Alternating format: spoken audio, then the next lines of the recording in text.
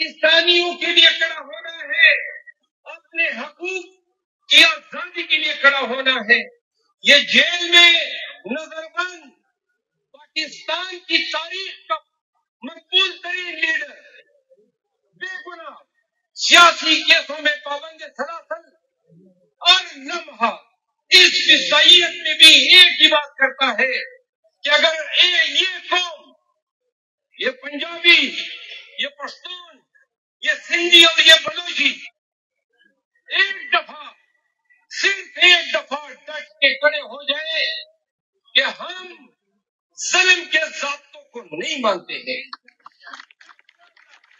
ایک دفعہ آپ یقین کریں، میں نے کہا نا یہاں مجھے بڑے سفید ریش نظر آتے ہیں، اور یہ بار میں نے بات کی ہے، اس پشتونوں کی دھرتی پہ ہم نے کتنے ظالم دیکھے، کتنا کشت خون دے کر ہزاروں کے جنازے اٹھائے، اس سے زیادہ خوف اور ٹیرر کسی قوم پہ نہیں آیا ہوگا، نہ ہمارے اسلاف کے دور میں آیا ہے، اور نہ شاید اللہ کرے کہ ہمارے اسلاف کے دور میں آئے۔ تو جس وقت سے ہم گزرے، کیا وہ دور بدتر تھا؟ وہ بدماشی زیادہ تھی؟ جب پتے آپ سے مانگے جاتے تھے، آپ کو بموں سے اڑایا جاتا تھا، آپ کے خطے شملے ہوتے تھے، جب ان کے سامنے آپ ڈٹ گئے تو پھر یہ ایف آئی آر، یہ جیل کی قید و بند، ڈر پہ چھاپے، اس کے آگے کوئی کس طرح ڈر سکتا ہے؟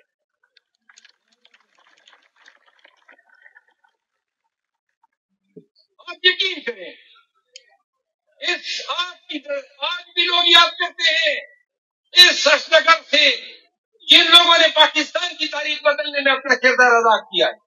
کیوں کرتے ہیں؟ کیونکہ یہ وہ لوگ تھے جنہیں اپنی زندگی کی فکر نہیں تھی۔ تو ہم کیوں کر اپنی زندگی کی فکر کریں؟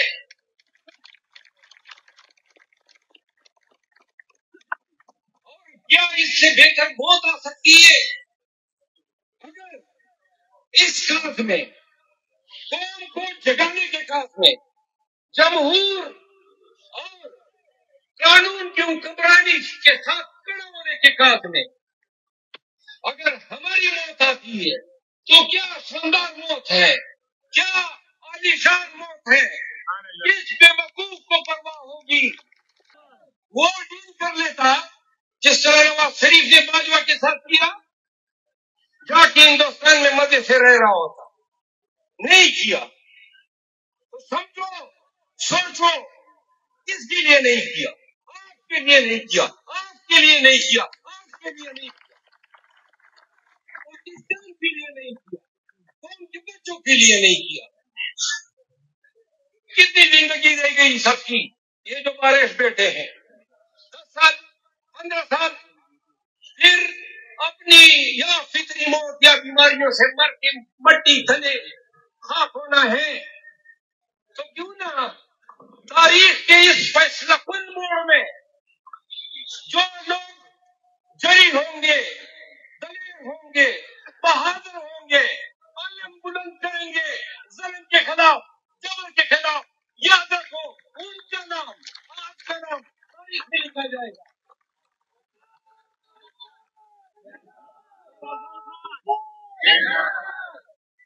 میری بات سنو، یہ ڈرائیں گے آپ کو کہ یہ آپ پہ پرچے ہوں گے۔ صبح جب میں اٹھتا ہوں تو ایک پرچہ ملک کے کسی نہ کسی حصے میں میرے خلاف درج ہوا ہوتا ہے، اور میں کہتا ہوں الحمدللہ، کیا اللہ نے جو ہے وہ آج مجھ سے چیف جسٹس اسلام آباد ہائی کورٹ نے پوچھا کہ خان کی پیروی میں لگ گئے ہو؟ بات سنو، یہ پرچے، یہ جیل اور یہ تنگ تکلیف کے معیار ساری عمر نہیں ہوں گے۔ اس اشنگر میں، اس چارسدہ میں 2 دلیر دے دو، 2 بے لوث دے دو، بے خوف آدمی دے دو، اور کھڑے ہو جائیں اپنے قبائل کے لیے، چارسدہ کے لیے، آپ کو جگانے کے لیے، آپ کو ہمت دینے کے لیے میں وعدہ کرتا ہوں کہ 100 سال تک ان دو کے نام اشرغر کی تاریخ میں رقم رہیں گے۔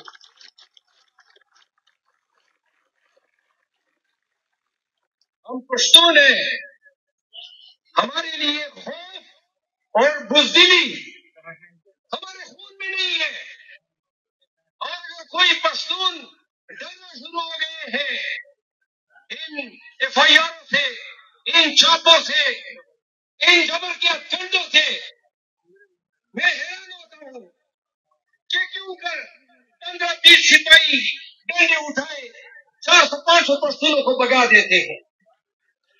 حیران ہوتا ہوں، افسوس ہوتی ہے، تو بھائی کدھر گئی آپ کی جواں مردی، کدھر گئی آپ کی غیرت؟ کس طرح کیوں کر کوئی شخص میرے حجرے میں آ کے مجھ پہ ڈنڈا برسا سکتا ہے؟ پہلے کبھی پختونخوا میں اس طرح نہیں ہوتا تھا۔ یہ اس لیے ہو رہا ہے کہ آپ نے غیر قانونی طور پہ اپنے اوپر پڑنے والے ڈنڈے کو روکنے کی ضرورت نہیں کی۔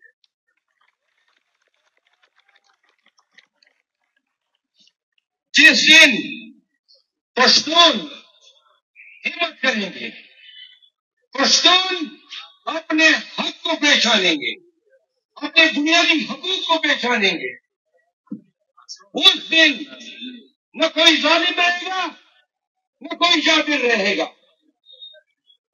یہ جو لوگ آپ کو ڈراتے ہیں، آپ پہ ترچے کرتے ہیں، آپ پہ لاٹیاں برساتے ہیں، میں قسمن کہتا ہوں، کیونکہ میں ادھر آپ کے چارسدہ میں جج رہا ہوں۔ چارسدہ میں 98 میں میں جج تھا۔ آپ کے بزرگ یہاں پہ بیٹھے ہوں گے، مجھے جانتے ہوں گے۔ ہم چاہتے ہیں کہ پشتونوں کی کوئی ایک قوم سپیئر ہیڈ کرے، لوگ مثال دیں کہ چارسدہ کے لوگوں نے سب سے پہلے خوف کو لات ماری ہے۔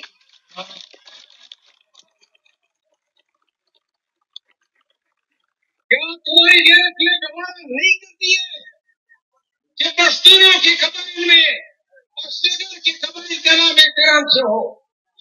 کیا آپ نہیں چاہیں گے کہ اس چارسدہ کی فضاؤں سے ظلم اور جبر کے بادلوں کو ہم نیست و نابود کر دیں؟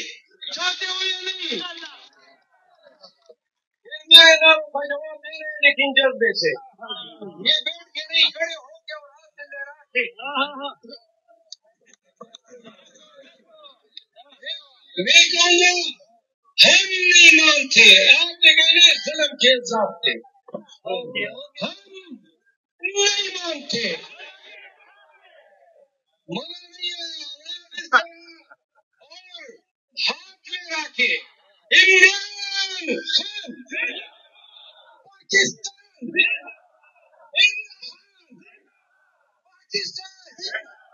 ہم نہیں مانتے۔ کمال کر دیا، مزہ آ گیا۔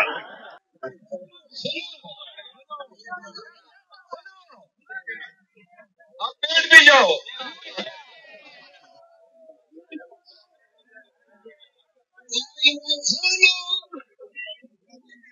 عمران خان